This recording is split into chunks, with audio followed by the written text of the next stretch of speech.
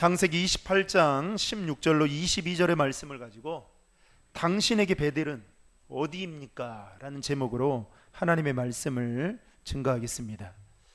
사랑하는 성도 여러분, 혹시 여러분은 성경에 나오는 수많은 인물들 중에 개인적으로 좋아하는 성경의 인물이 누구입니까? 그리고 좋아하는 이유가 무엇 때문입니까? 대다수의 신앙인들 가운데에는 성경의 인물들 중에도 우리가 너무나도 잘 알고 있는 아브라함이나 또 모세나 요셉이나 사무엘이나 다윗이나 다니엘이나 사도 바울과 같은 인물들을 좋아할 것입니다. 그런데 그와는 반대로 삼손이나 사울이나 솔로몬과 같은 성경의 인물들을 좋아하는 사람은 거의 없을 것입니다. 여러분, 왜 그럴까요? 삼손이나 사울이나 솔로몬과 같은 성경의 인물들은 그들의 인생에 있어서 처음보다 끝이 그렇게 아름답지 못하게 마무리했다라는 것이죠. 그런데 여러분, 오늘 우리가 본문을 통해서 보게 되는 그 성경의 인물 가운데 야곱이라는 이 사람을 여러분 혹시 좋아하시는 분 계십니까? 우리가 살펴보게 될 말씀은 이삭의 아들 야곱에 대한 말씀입니다. 저는 지금까지 목회를 하면서 개인적으로 야곱을 좋아한다라고 말하거나 또 제가 그렇게 들어본 적이 거의 없었던 것 같습니다. 뭐 좋아하시는 분들도 더러 있겠지만 어떤 이유인지는 모르겠지만 여러분, 오늘 본문 이전에 야곱의 인생의 초반부의 삶을 보면 그다지 우리가 좋아하고 존경하고 그야말로 본받을 만큼 야곱이 그런 인생을 살지 못했다라는 것입니다. 오늘 본문 말씀은 이삭의 아들 야곱이 아버지를 속이고 형 에서가 받아야 될 그 축복을 가로챈 뒤에 이 사실을 뒤늦게서야 알게 됩니다. 그리고 에서가 매우 화가 난 나머지 야곱을 죽여야겠다라는 마음을 이제 품게 되죠. 창세기 27장 41절에 보면 이렇게 동생 야곱에 대한 형 에서의 마음을 이렇게 표현하고 있는데요. 내가 내 동생 야곱을 죽여버릴 테다. 아이고, 말하기도 겁이 날 정도인데요. 그런데 이 말을 우연히 이 말을 누가 듣게 되느냐? 어머니 리브가가 듣게 됩니다. 여러분, 들었을 때 마음이 어땠을까요? 철컥 내려앉았겠죠. 그러면서 야곱을 부릅니다. 그러면서 야곱에게 뭐라고 말하냐면 외삼촌 라반의 집으로 도망가라 라고 일러주게 되죠. 그리고 야곱은 어머니의 말을 듣고 이제 도망을 치게 됩니다. 그리고 오늘 본문에 보면 야곱이 브엘셀바를 떠나 그가 도착했던 곳이 바로 루스라는 곳이었습니다. 여러분, 브엘셀바에서 루스까지는 약 90km 정도 된다라고 하는데요. 야곱이 거기에서 이제 하룻밤을 머물게 되었던 것입니다. 얼핏 보면 브엘셀바를 떠난 야곱이 첫 번째 유숙했던 곳이 루스라고 여겨질 수 있겠지만 성경학자들은 그렇게 말하고 있지 않습니다.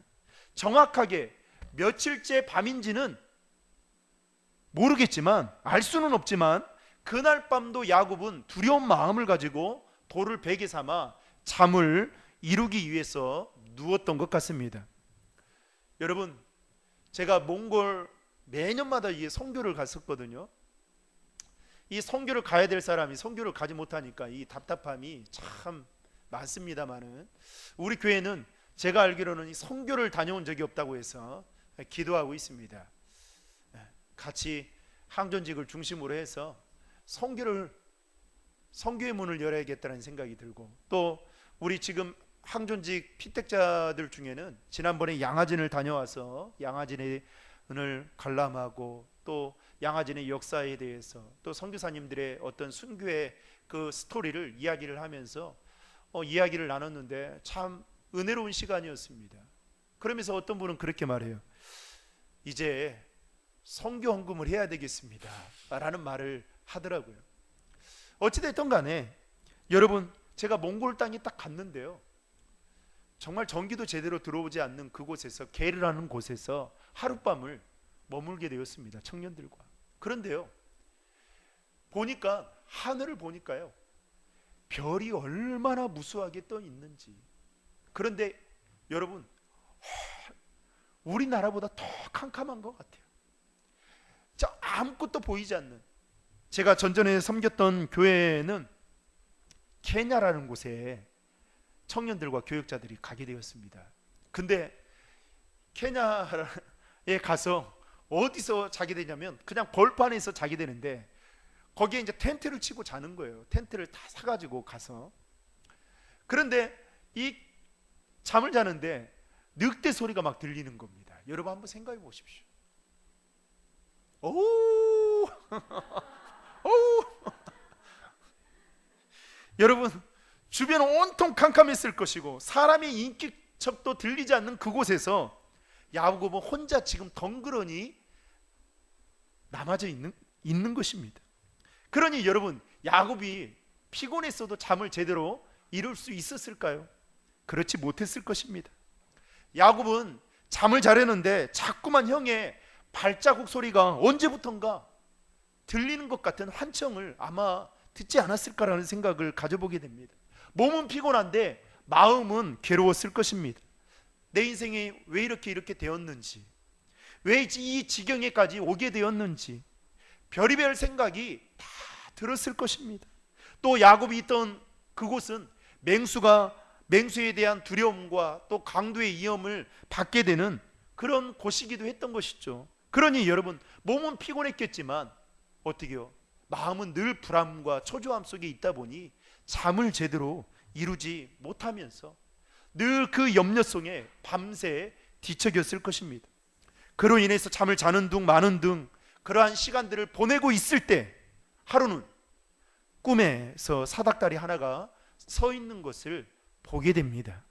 그리고 그 꼭대기는 하늘에 닿는 듯 했고, 그 사닥다리를 통해서 하나님의 천사들이, 사자들이 오르락내리락 하고 있는 것을 보게 됩니다.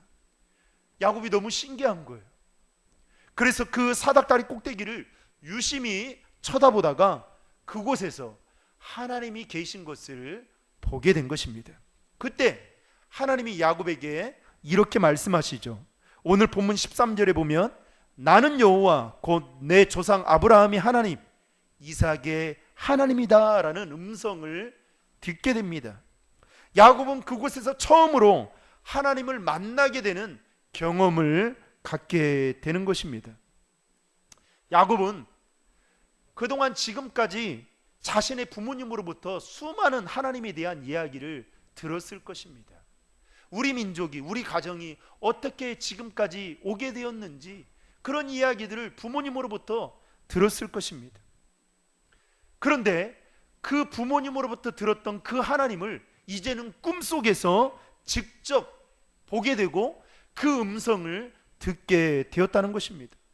그가 들었던 내용은 오늘 본문 13절 하반절부터 15절까지의 말씀인데요, 요약하자면 이런 겁니다. 네 가지로 요약할 수 있는데, 첫째는 내가 너와 함께 할 것이다. 둘째는 네가 어디로 가든지 너를 보호해 줄 것이다. 셋째는 너를 다시 이 땅으로 돌아오게 해줄 것이다. 그리고 넷째는 이 약속이 다 이루어질 때까지, 여러분 중요합니다, 너를 떠나지 않을 것이다. 이 네 가지의 축복의 말씀을 듣게 됩니다. 그리고 야곱이 잠에서 깨어나게 됩니다. 그리고 그곳의 이름을 베델이라고 불렀는데, 여러분 이 베델이라는 말은 하나님의 집이다라는 뜻으로, 다시 말하면 여기에 누가 계시는 거예요? 지금 하나님이 계신다라는 것을 야곱은 꿈을 통해서 새롭게 알게 되었던 것이죠. 바로 이 사건이 야곱의 인생을 변화시키는 터닝 포인트가 되었고, 그는 이 사건을 통해서 두 가지의 사실을 여러분 깨닫게 되는데요, 그것이 무엇인지 오늘 말씀을 통해서 함께 살펴보며 그 은혜를 나누고자 합니다. 첫째로, 야곱은 자신이 있는 이곳에 하나님이 계신다는 것을 깨달았습니다. 16절 말씀 같이 한번 읽겠습니다. 시작. 야곱이 잠에서 깨어나 말했습니다. 참으로 이곳은 여호와께서 계신 곳인데 내가 몰랐구나. 그동안 야곱은 형 에서를 피해 도망자의 삶을 살았죠. 그러면서 그는 이제 혼자가 되었습니다.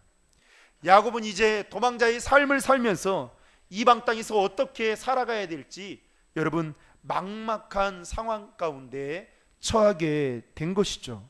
그러던 그때 하나님께서 그의 꿈속에 나타나 그를 만나 주셨고 그에게 말씀하시기를 나는 너와 함께 할 것이며 네가 어디로 가든지 보호해 줄 것이고 내가 너에게 약속한 이 모든 말씀이 다 이루어질 때까지 내가 너를 떠나지 않을 것이다.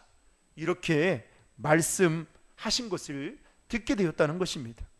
다시 말해서 자신이 있는 그곳에서 하나님이 계신다는 것을 알게 되었다는 겁니다.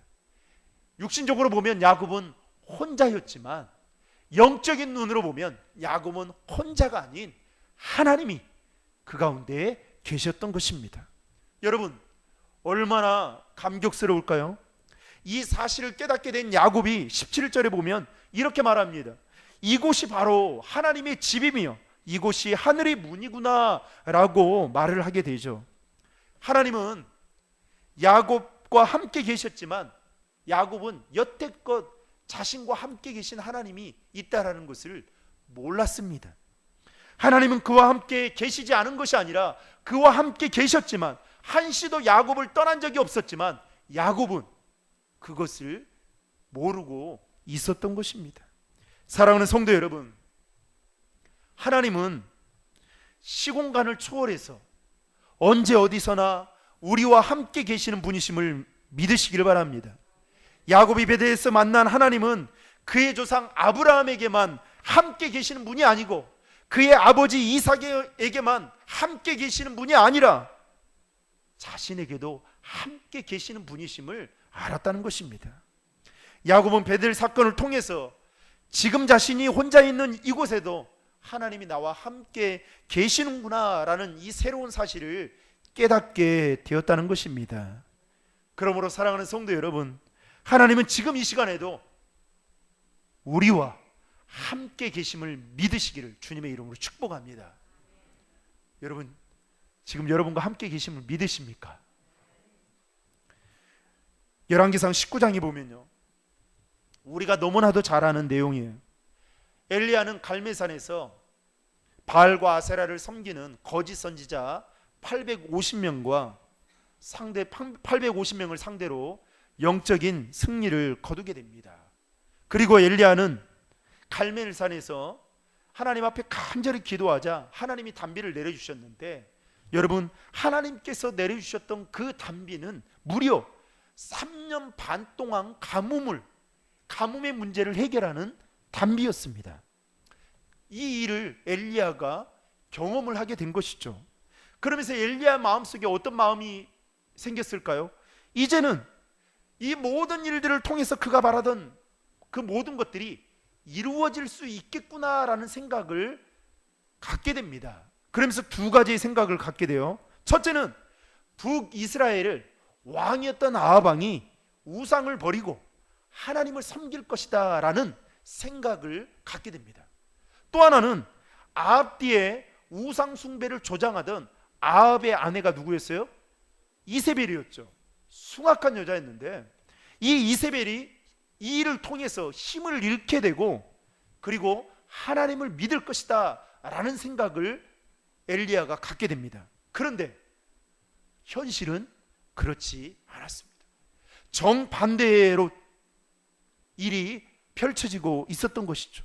아합 왕은 오히려 하나님의 권능을 자기의 눈으로 목도하였음에도 불구하고 우상 숭배를 버리지 않았고, 그리고 그의 아내 이세벨 역시도 그의 권세는 조금도 꺾이지 않는 모습을 엘리야가 보게 됩니다. 더 가관인 것은 그 아합 왕의 아내 이세벨이 우상 숭배 선지자들과 그리고 제사장을 죽인 엘리야 선지자를 죽이겠다라고 생각하고 이제 암살자를 보내게 됩니다. 이 일로 인해서 엘리야가요, 이세벨의 칼날을 피해서 남쪽 광야로 도망을 이제 가게 되죠. 그리고 그곳에 도착하자마자 로뎀나무 그늘 아래서 몸을 피하면서 하나님 앞에 이렇게 기도합니다. 열왕기상 19장 4절에 보면요, 자기가 죽기를 원하여 이르되 여호와여 넉넉하오니 지금 내 생명을 거두시옵소서. 나는 내 조상들보다 낫지 못하니이다 하고, 한마디로 엘리야는 이대로 눈을 감으면 좋겠다라는 마음을 가지고, 아니 삶의 의욕이나 힘도 없이 하나님 앞에 기도를 드리고 있는 너무 연약한 나약한 인간의 그 모습을 엘리야를 통해서 우리는 보게 됩니다. 그때 여러분, 엘리야가 어떤 생각을 가졌을까요? 나 혼자구나, 나 혼자구나 라는 생각이 들었을 것입니다. 여러분, 그때 하나님은 천사를 통해서 그의 머리맡에 구운 떡과 물 한 병을 놓게 합니다. 그리고 하나님 말씀하시죠. 일어나 그것을 먹으라고 말합니다. 그때 여러분, 엘리야가 어떤 생각이 들었을까요? 내가 잠시 잠깐 놓치고 잊고 있었던 나와 함께 계시는 하나님이 지금 나와 함께 계시는구나 라는 사실을 깨닫게 됩니다. 그리고 엘리야는 하나님의 말씀에 힘입어 40일을 쉬지 않고 걸어서 하나님이 말씀하신 호렙산으로 가게 됩니다. 그리고 그곳에 도착했어요. 그런데 엘리야가 40일 동안 걸어가면서 여러분 얼마나 많은 생각을 했겠어요.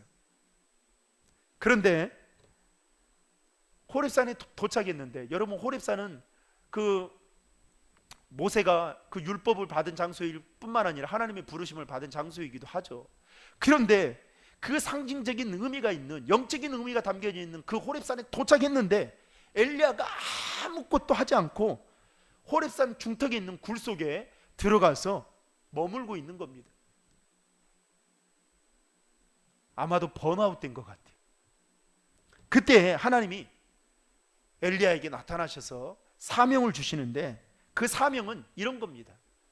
엘리야야, 하사엘이라는 사람에게 네가 기름을 부어서 아람 나라의 왕이 되게 하고, 예후에게는 기름을 부어서 북이스라엘의 왕이 되게 하고, 엘리사에게 기름을 부어서 너의 뒤를 잇는 선지자가 되게 하거라.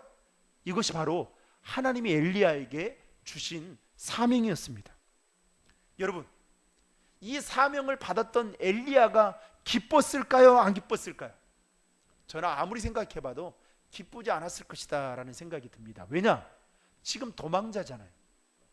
이세벨이 통해서 지금 죽인다고 하니까 광야까지 도망쳐 왔잖아요. 그리고 그렇게 죽겠다라고 했는데 하나님이 살려주셔가지고 호렙산으로 갔는데, 여기서 또 자신에게 사명을 주니 이게 얼마나 기가 막힌 일입니까? 오히려 두려운 마음이 컸을 겁니다. 그런데 여러분, 참 은혜가 되는 것은요, 열왕기상 19장 18절에 보면 하나님이 에스겔에게 뭐라고 말씀하시냐면 이렇게 말합니다. 그러나 내가 이스라엘 가운데 7,000명을 남기리니 다 바알에게 무릎 꿇지 아니하고 다 바알에게 입 맞추지 아니한 자니라. 무슨 말입니까? 하나님은 엘리야를 위해서 배후에서 그를 위해 기도하는 7,000명의 하나님의 신실한 믿음의 백성들, 거룩한 동역자들을 남겨주었다는 것입니다. 이 말은 무슨 말일까요? 엘리야, 너는 혼자가 아니다라는 것이죠. 너와 함께하는 믿음의 동력자인 7,000명의 사람들이 있다라는 것입니다. 사랑하는 성도 여러분, 하나님은 언제 어디서나 우리와 늘 함께 하시는 분이십니다. 더 나아가 하나님은 우리에게 기도로 동력해주는 믿음의 사람들을 여러분 붙여주셔서 그걸 통해서 우리에게 뭐라고 말씀하냐면, 야, 내가 너와 함께하고 있다, 그 사인을 확실하게 보여주신다는 것입니다. 신명기 20장 4절에 보면 너희 하나님 여호와는 너희와 함께 행하시며 너희를 위하여 너희 대적을 치고 너희를 구원하신 자신이라. 요한복음 8장 29절에 보면 나를 보내시니가 나와 함께 하시는도다. 내가 항상 그의 기뻐하는 일을 행함으로 나를 혼자 두지 아니하셨느니라. 여러분, 하나님은 우리를 혼자 두지 않으십니다. 하나님은 우리와 언제나 함께 하시는 분이심을 믿으시고, 바라건대 저와 여러분이 머무는 그 자리가 야곱이 하나님을 만났던 것처럼 그런 은혜의 자리가 되기를 주님의 이름으로 축복합니다. 둘째로, 야곱은 자신이 머문 그곳이 바로 하나님의 집이다라는 것을 깨닫게 되었다는 것입니다. 17절 말씀에 보면 우리 다 함께 읽겠습니다. 그리고는 그는 두려워하며 말했습니다. 이 얼마나 두려운 곳인가. 이곳이 바로 하나님의 집이며 이곳이 하늘의 문이구나. 야곱은 자신의 고향이 아닌, 그리고 하나님의 성전이 세워진 곳도 아닌 혼자 덩그러니 벌판과 같은 광야에서 하나님을 만나게 되었습니다. 그리고 그곳이 바로 뭐라고요? 하나님의 집이라는 사실을 새롭게 깨닫게 된 것이죠. 그래서 그는 어떻게 합니까? 자신이 베개로 삼았던 돌을 가져다가 기둥을 세우고 그 기둥 위에 기름을 붓고 그곳을 뭐라고 명했다고요? 베델이라, 다시 말하면 하나님의 집이다라고 명했다는 것입니다. 이제는 자신이 있던 그곳이 루스가 아니라 하나님의 집 베델이라고 그는 말하고 있다는 것입니다. 여러분, 당시 히브리인들은요, 사람이나 물건을 구별할 때 기름을 붓는 관습이 있었다고 합니다. 특히 고대 근동 지방에서는 종교적 목적으로 기둥을 세우거나 아니면 돌을 쌓아 예배 의식을 거행하는 장소로 삼는 경우가 있었다는 것이죠. 그러면 여기에서 우리는 유추할 수 있는 것은 무엇입니까? 바로 야곱이 기둥을 세우고 기름을 부었다는 것은 그곳에서 뭘 했다는 거예요?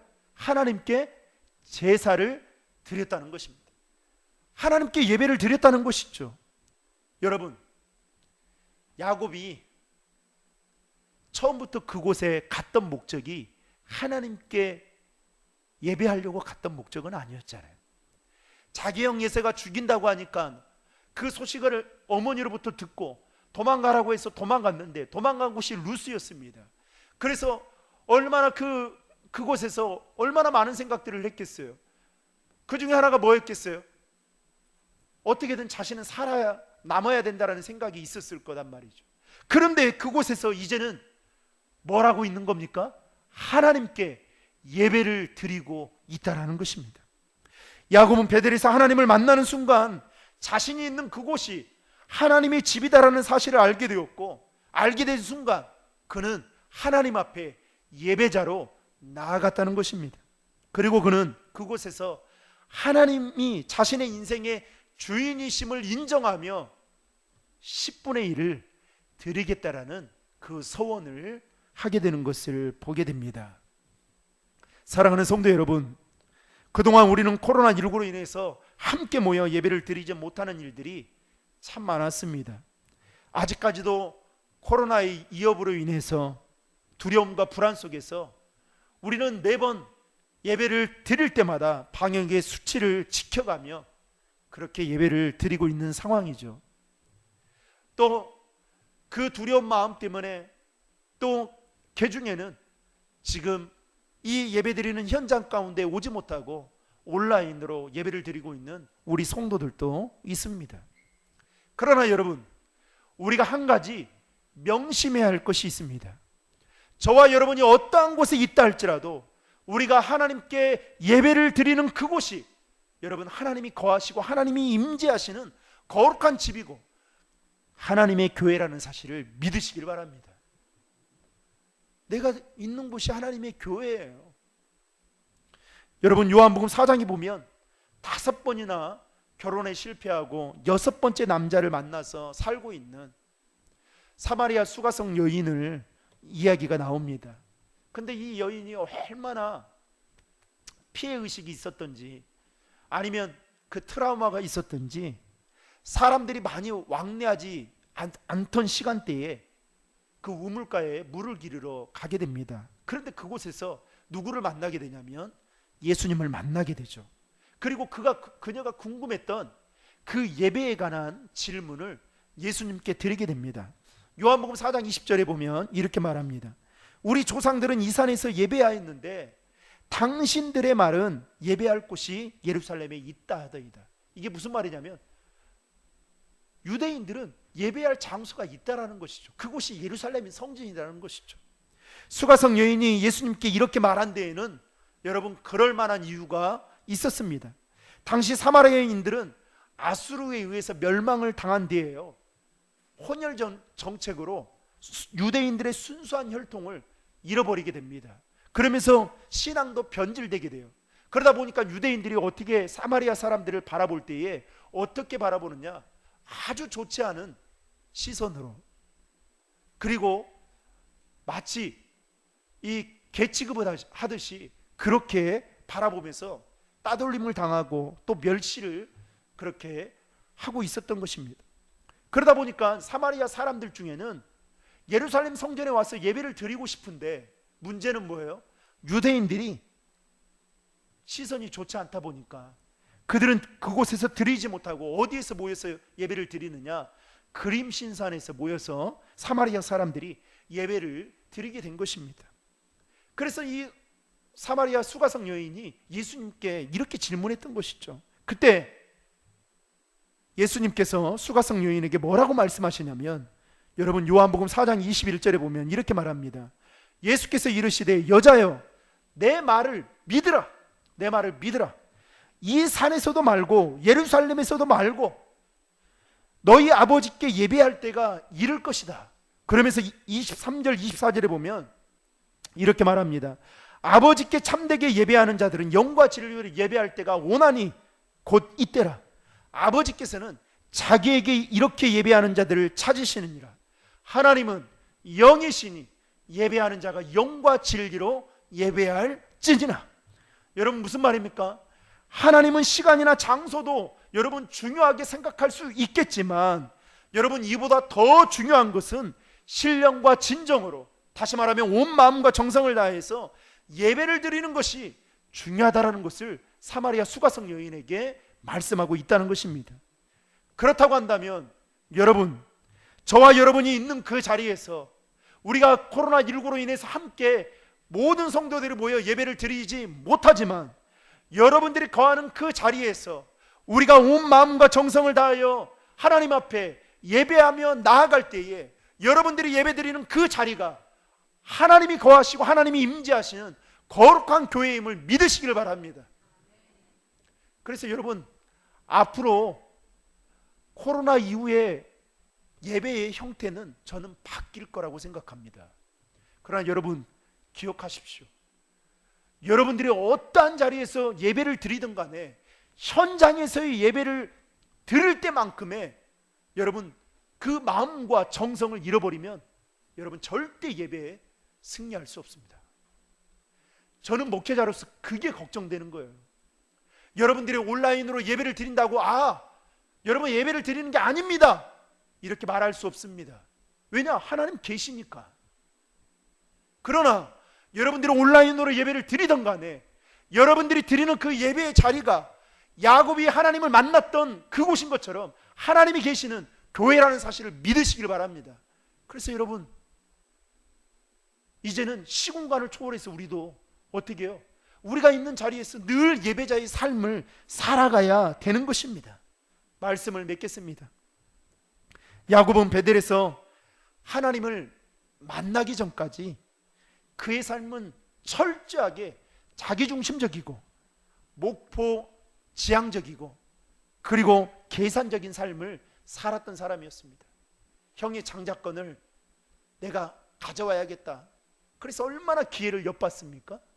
그리고 형이 받아야 될 이 장자의 축복을 내가 받아야겠다.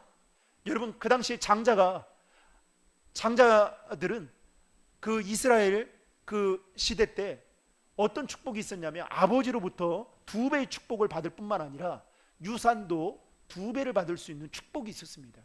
이것을 야곱이 너무 잘 알고 있었던 거예요. 그러니 내가 이 복을 가로채야 되겠다. 그러니까 여러분, 얼마나 이 야곱의 이름의 뜻이 뭡니까? 남의 발꿈치를 잡는 자, 속이는 자. 야곱은 베델 사건 이전에 그야말로 남의 발꿈치를 붙잡고 남을 속이면서 살아가는, 그야말로 좀 속된 말이긴 하지만 등쳐먹을 정도로 이렇게 잔인한 사람이었습니다. 그런데요, 여러분, 이 이후에 또 야곱의 사건들을 보면요, 야곱이 베델에서 하나님을 만났는데도 불구하고 안 바뀐 모습이 보여집니다.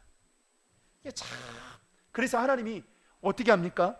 야복 강가에서 그가 또 하나님을 만나게 되잖아요.